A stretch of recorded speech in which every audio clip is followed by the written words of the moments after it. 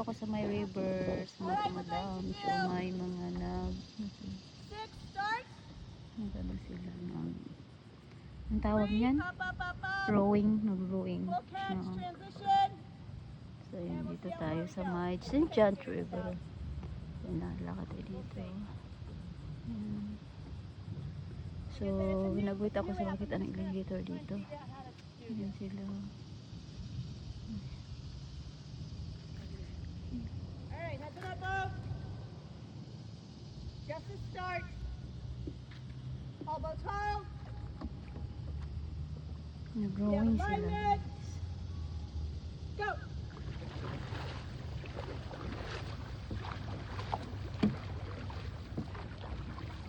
Practice sila pang contest.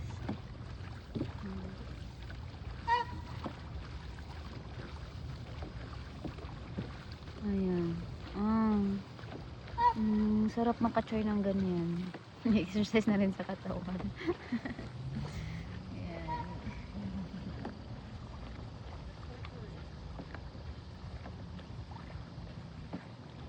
Sila, malayo na. So, lakad-lakad tayo dito sa river kasi nabuburing ako. Lagi na lang ako sa loob. Kasi inuubo pa ako, guys. Iniubo sipon pa ako. Kaya mag-hold din na lang ako. Laging makahiga, kain. Pero late na ako kumain. Tapos, nag-wait lang ako sa kanila kung kaya ang oras lang uwi. Tapos, naganda ako ng mga pagkain nila.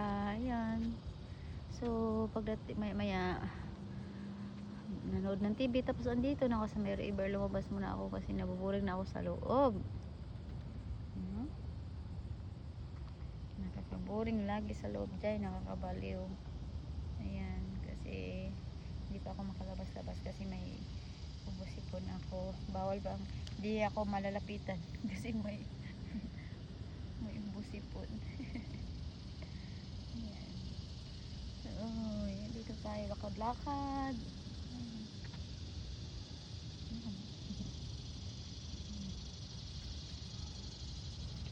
Mag-orange minsan dyan.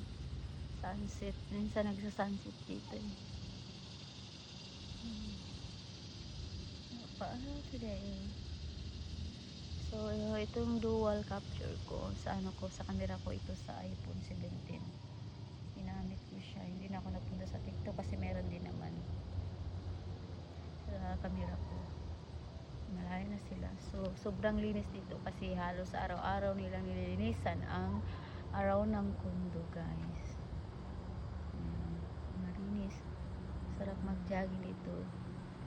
Every day, every morning. But tamad ako mag-jogging kasi natutulog pa ako. Ayan. Pwedeng mag-picnic dito, higa sa grasses.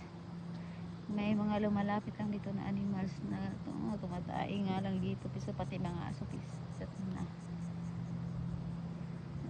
Dadalhin nila yung mga aso dito, magsitae dito.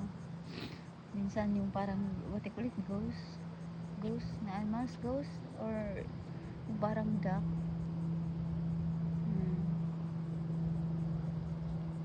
So yung mga puno dito parang siyang niyog, ba't hindi siya niyog, ba siya. So yung swimming pool dito na hindi pa i-open sa ngayon, this year, or kasi next year gagawan pa daw ng bathroom dyan kasi para kung maliligo yung nasa malayo dito sa swimming pool, merong CR. So hindi pa talaga nag-o-open yan. Ayan. So yan, sobrang linis dito. Sarap mag-jogging dito kaso nga lang ako lang yung tamad mag-jogging, guys. So, ando na si Bossing tsaka si Santin. Nanood ng busy sa kanilang mga mundo. Nanood ng TV, busy sa cellphone. So, dito talaga, private property, no trespassing. Tapos, bawal talaga dito na bawal talaga dito mag-swimming. Attention, no swimming the hell. Alam mo na, hindi nilagyan ng may crocodile. Bawal talaga dito mag-swimming. Kasi nga, may alligator dito. Maraming alligator dito. Siguro 3 nakita ko dito. Pero marami yan sila.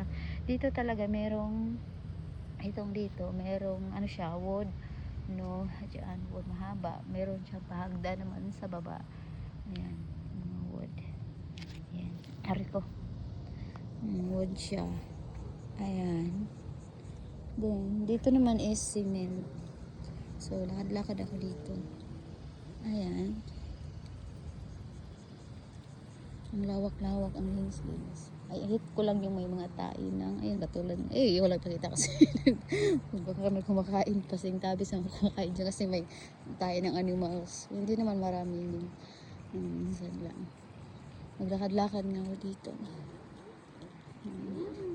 So, sarap lang dito nakaupo, mag-relaxing. Dito yung nabiguan ko na babaeng Amerikana na naka-lay down dito, naka-swimsuit na siya, naka-bra panty. So, ganun din ako. Kaso magagalit si Busing. Kahit nag-aaway kami ni Busing, ganun pa rin siya. So, sobrang pa rin sa concern.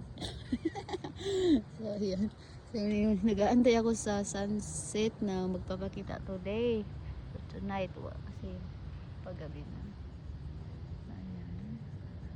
Nakasombrero ako kasi may gisubawan pa bang kugod. Tagalog, Bisaya. Bisaya na lang kadayo eh.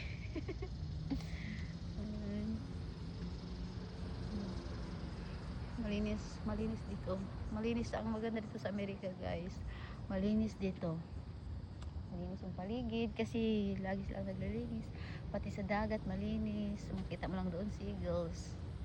Malapit sa iyo yung seagulls kapag kumakain ka. Yan.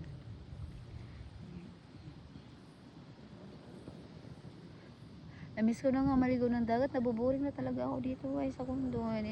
Inaantay ko lang na mawala yung ubos-ipon ko kasi gusto ko na maligo ng dagat at gusto ko na lumabas-labas. Hindi pa ako nilabas ni Habi ay ni Busing. Lagi pa naman kami nag-away-away. Hindi ako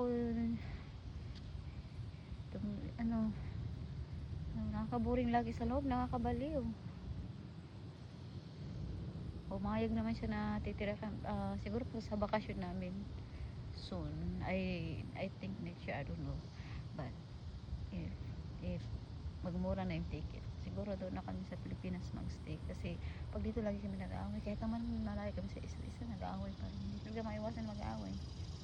Ayan, na-block na nga niya ako before long ago before, then ina-unblock naman pagkahapon. Ayan, so that's it, guys. Bye.